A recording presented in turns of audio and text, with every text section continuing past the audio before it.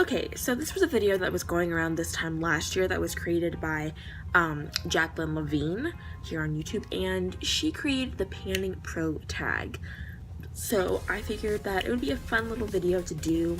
Why not? So let's start with question number 1. How did you learn about project panning and what was your first impression? Okay, so some of my favorite videos to watch on YouTube are empties videos and decluttering videos.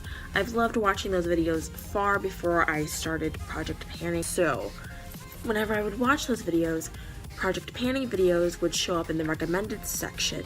And I never really paid attention to those videos. I think I watched about 1 or 2 of them and I thought it was interesting, but not something that I wanted to partake in. But then one of my favorite YouTubers, Youngie19, aka Ashley Elizabeth, she started project panning and recommending other project panners on YouTube, and that's when I really started to get into it. My first impression was that it was a pretty interesting idea and it made sense. Because it's only here on YouTube and Instagram in the beauty obsessed world that we buy and don't really use what we already have.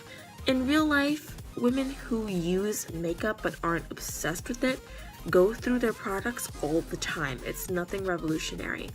But with the YouTube culture, YouTube and Instagram beauty culture, it's normal to just buy a ton of shit and not really use things that you own, because you're only supposed to be using what's new and what's hot and not what you already know and love. Question number 2, what is the hardest thing you've panned?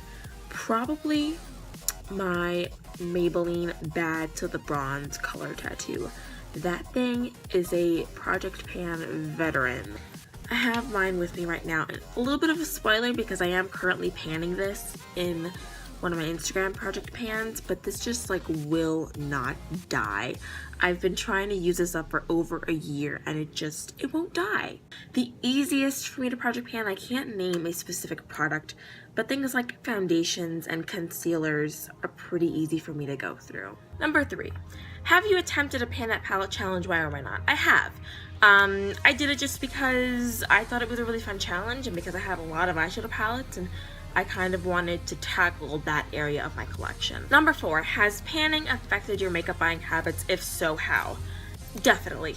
I still do buy a bit of makeup, but I'm more conscious of what I enjoy, and I'm a little more hesitant to buy things that I know are gonna last forever, like bronzers and blushes, for example.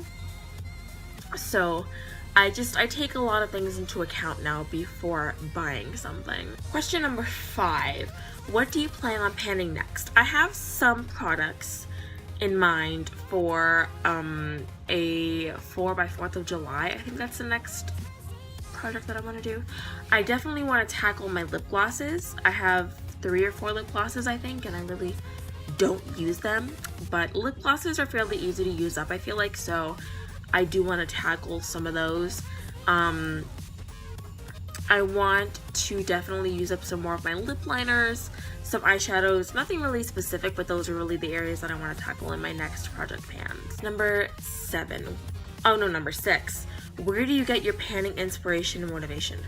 From watching you guys on YouTube. I have a lot of people that I follow on my Instagram that do project panning, and seeing their updates really inspires me, and now I'm doing a collab project pan, which is really inspiring me to get my butt in gear and to just use up my products, because I feel like now that I'm doing a collab and I know that certain people are watching me update my products, I feel like there's almost more pressure on me to actually use this stuff up. So yeah, that's been really inspiring and motivating for me personally. Number 7, what is your favorite thing about the panning community? I like how supportive everybody in this community is. I feel like sometimes people in the community can get kind of scared if they are letting down their viewers or their followers. You know, like if they're purchasing a lot of makeup or if they're not using up as much as they should. I feel like in the project pan community there can almost be a little bit of guilt in doing that stuff, but I don't feel like the community really shames one another if we splurge on some makeup or if we don't use up as much as we intended to.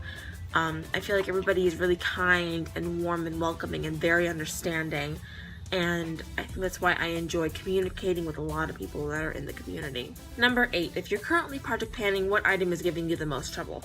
Most definitely, as I mentioned earlier, my Bats of the Bronze by Maybelline. Any kind of cream product is super hard to use up, but especially a cream eyeshadow in my opinion. Or number 9, how long do you plan to project pan? Do you see yourself stopping at any point? I plan to project pan definitely for the foreseeable future, definitely for the rest of the year, and probably for next year as well. I don't know if there ever will come a time that I officially stop because of the fact that, well, okay, a lot of people here in the community project pan with the intention of completely using up their stuff until they have a very minimalistic collection, which I respect. But I will never be that kind of person. Like, realistically, that will never be me. I will never be the girl with just 1 or 2 foundations or just 3 or 4 lipsticks. I like to have variety. I get sick of things. I need to have like a handful of foundations, 2 or 3 concealers, and to be honest, a couple dozen lipsticks. Like, I have like 40 something lipsticks now, and I think that's actually a pretty good number for me. And I'm somebody who likes to experiment with things, so I will always be bringing stuff into my collection. But as I'm bringing stuff in, I also want to be moving stuff out, whether that's through project panning or decluttering or whatever it may be. So I don't think I will stop project panning. I'm pretty sure I will always do it, even if it's not on Instagram or YouTube. I'm pretty sure like I will pretty much always project pan. Number 10, would you recommend project panning to others, and how would you explain it? I definitely would, because I don't think it's for everybody. First of all, if you are somebody who wants to have a huge beauty room overflowing with tons of makeup, then that is your prerogative. You can do whatever you want. But personally, I think that having a ton of makeup that's just gonna sit there to rot is a little bit wasteful. I would just explain it as a way to get the most out of your money and the most out of your collection. And I believe that project panning can actually make you pretty creative with your makeup, because you learn to multitask. You learn to experiment with what you already have. And I think it's made me a lot more creative with my makeup, because I have multitasked products that I did not think were multitaskable.